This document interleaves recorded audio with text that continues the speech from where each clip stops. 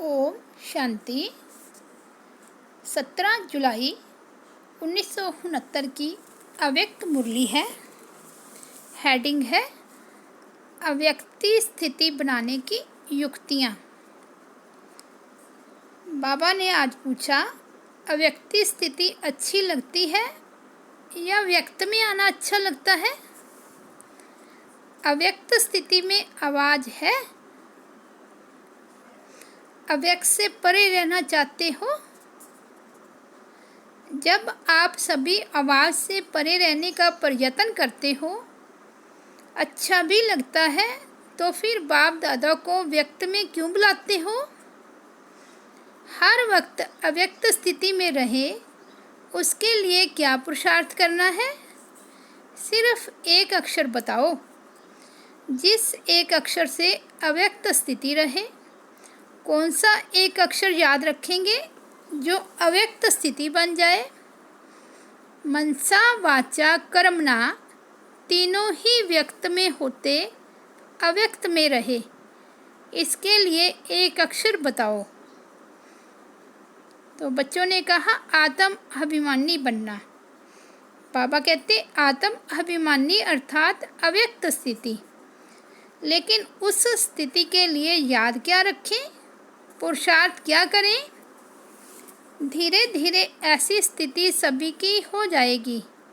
किसके अंदर में जो बात होगी वह पहले से ही आपको मालूम पड़ेगा, इसलिए प्रैक्टिस करा रहे हैं।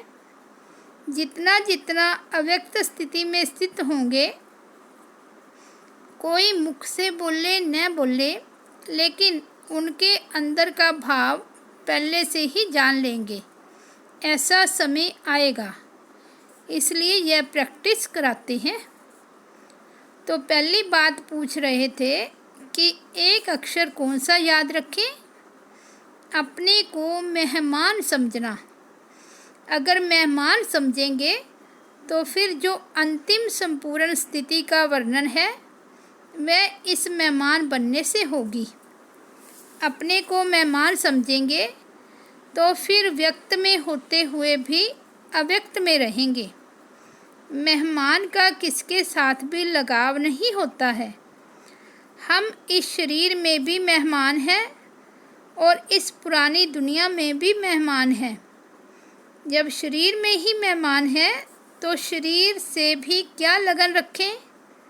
सिर्फ थोड़े समय के लिए यह शरीर काम में लाना है। यहाँ मेहमान बनेंगे तो फिर वहाँ क्या बनेंगे? जितना यहाँ मेहमान बनेंगे उतना ही फिर वहाँ विश्व का मालिक बनेंगे। इस दुनिया के मालिक नहीं हैं। इस दुनिया में हम मेहमान हैं, नई दुनिया के मालिक हैं। यह जो व्यक्त भाव में आ जाते हैं, उसका कारण यही है, अपने को मेहमान नहीं समझते हैं, वस्तुओं पर भी अपना अधिकार समझते हैं, इसलिए उनमें अटैचमेंट हो जाती है। अपने को अगर मेहमान समझो तो फिर यह सभी बातें ख़त्म हो जाए। अपना बैंक बैलेंस भी नोट करना है। जितना कमाते हैं उतना खाते हैं या कुछ जमा भी होता है? टोटल हिसाब निकाला है, कितना जमा किया है? उस जमा के हिसाब से खुद अपने से संतुष्ट हो? तो बच्चों ने कहा नहीं।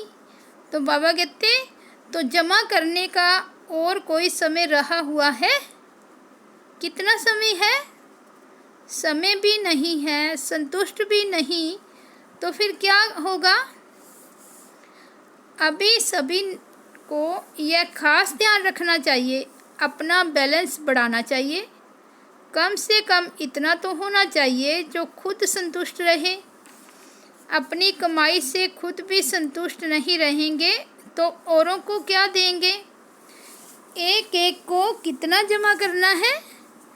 क्या सिर्फ अपने लिए ही जमा करना है या औरों के लिए भी करना है? औरों को दान करने के लिए जमा नहीं करना है?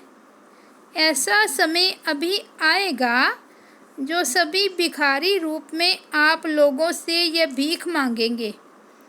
तो उन्हों को नहीं देंगे? इतना जमा करना पड़ेगा ना, अपने लिए तो करना ही है, लेकिन साथ साथ ऐसा दृश्य सभी के सामने होगा। तो आज अपने को भरपूर समझते हैं, वह भी भिखारी के रूप में आप सभी से भीख मांगेंगे। तो भीख कैसे दे सकेंगे? जब जमा होगा ना। दाता के बच्चे तो सभी देने वाले ठहरे। आप सभी की 1 सेकंड की दृष्टि के अमूल्य बोल के भी प्यासे रहेंगे। ऐसा अंतिम दृश्य अपने सामने रख पुरुषार्थ करो। ऐसा न हो कि दर पर आई हुई कोई भूखी आत्मा खाली हाथ जाए। सरकार में क्या करके दिखाया? कोई भी आत्मा असंतुष्ट होकर ना जाए। भल कैसी भी आत्मा हो, लेकिन संतुष्ट होकर जाए। तो ऐसी बातें सोचनी चाहिए, सिर्फ अपने लिए नहीं। अभी आप रचयिता हो, आप एक एक रचयिता के पीछे फिर रचना भी है। माँ बाप को जब तक बच्चे नहीं होते हैं तो माँ बाप की कमाई अपने प्रति ही होती है। जब रचना होती है तो फिर रचना का भी पूरा ध्यान रखना पड़ता है। अपने लिए जो कमाई थी वह तो बहुत समय खाया मनाया, लेकिन अब अपनी रचना का भी ध्यान रखना है। आपने अपनी रचना देखी है?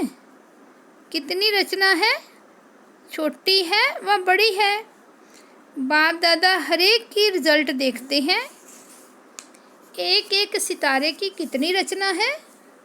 जितनी यहाँ रचना होगी उतना वहाँ बड़ा राज्य होगा। यहाँ कितनी रचना रची है? अपनी रचना देखी है?